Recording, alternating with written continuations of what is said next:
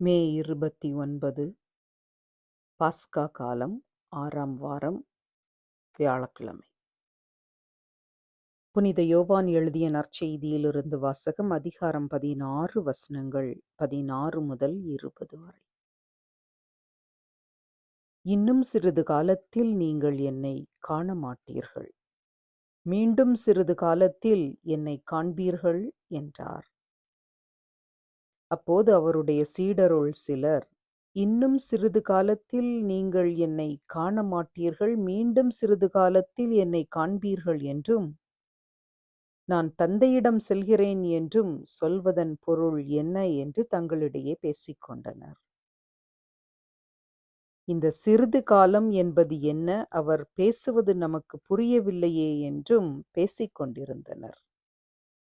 அவர்கள் தம்மிடம் கேள்வி கேட்க விரும்புவதை அறிந்த இயேசு அவர்களிடம் கூறியது, இன்னும் சிறிது காலத்தில் நீங்கள் என்னை காண மாட்டீர்கள், மீண்டும் சிறிது காலத்தில் என்னை காண்பீர்கள் என்று நான் சொன்னதை பற்றி உங்களிடையே சிந்தித்துக் கொண்டிருக்கிறீர்கள். உறுதியாக உங்களுக்கு சொல்கிறேன், நீங்கள் அழுவீர்கள், புலம்புவீர்கள், அப்போது உலகம் மகிழும். நீங்கள் துயருறுவீர்கள், ஆனால் உங்கள் துயரம் மகிழ்ச்சியாக மாறும் என்றார். இது கிறிஸ்து வழங்கும் நற்செய்தி. கிறிஸ்துவே உமக்கு புகழ். சிந்தனை. வாழ்வை பற்றிய பலவிதமான சிந்தனைகளை பல காலகட்டங்களிலும் மக்கள் பல்வேறு விதமாக கொடுத்து கொண்டிருக்கிறார்கள். அதில் குறிப்பிடத்தக்க சிந்தனை, இந்த உலகத்தில் வாழுகின்ற போது எதிர்காலத்தை நினைத்தோ அடுத்த உலகத்தை நினைத்தோ கவலை கொள்ள தேவையில்லை. இந்த உலகம் உண்மையானது, இந்த நிமிடம், இந்த நொடி உண்மையானது, அதில் மகிழ்ச்சியாக வாழ வேண்டும். எதிர்காலத்தை பற்றி நினைத்து வீணாக கவலை கொள்ளக்கூடாது என்று சொல்லுவார்கள். இன்றைய நற்செய்தியிலும் இயேசு இவ்வார்த்தைகளையே தியானிக்கின்றார். யூதர்களை பொறுத்தவரையில் இந்த உலகத்தை பற்றிய பார்வையை 2 கட்டங்களாக பிரிக்கின்றனர். இந்த உலகம் தீய ஆவியின் பிடியில் இருக்கிறது என்றும், நாம் மகிழ்ச்சியாக வாழக்கூடிய எதிர்காலம் ஒன்று இருக்கிறது என்றும் அவர்கள் நம்பினார்கள்.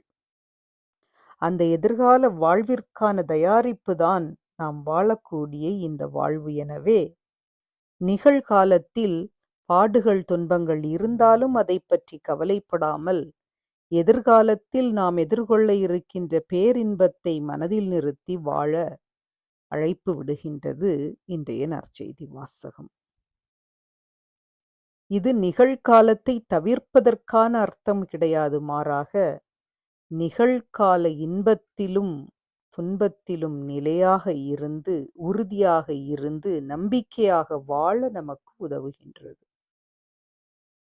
ஆம், துன்பமோ இன்பமோ நம் இயேசு எந்நாளும் நம்மோடு இருக்கின்றார் என்கின்ற செய்தியையே இப்பகுதி நமக்கு விளக்குவதாக தருகின்றது. கடவுள் நம்பிக்கையோடு எதையும் அணுக நாம் துணிவு கொள்வோம். வரப்போகின்ற எத்தகைய துன்பத்திலும் இருந்து நம்மை காக்க வல்லவர் நமது ஆண்டவர். எனவே அந்த இறைவனை முழுமையாக நம்புவதற்காகவே இன்றைய வாசகம் நமக்கு அழைப்பு தருகின்றது. மேலும் ஒப்புமை கொள்கையையும் இந்த வாசகம் நமக்கு வலியுறுத்துகின்றது. அதாவது இந்த உலகில் உள்ள அனைத்துமே ஒப்புமைக்குட்பட்டது, மாறுதலுக்குட்பட்டது. காலமும் இடமும் வரையறைக்கு உட்பட்டவை. இயேசுவின் கருத்துக்களும் அதையே முன்னறிவிக்கின்றன. விண் வாழ்வின் நிரந்தர நிலையான வாழ்வின் முன் இவ்வுலக துன்பங்கள் சிறிது காலமே. எனவே நம்பிக்கையுடன் வாழ்வோம்.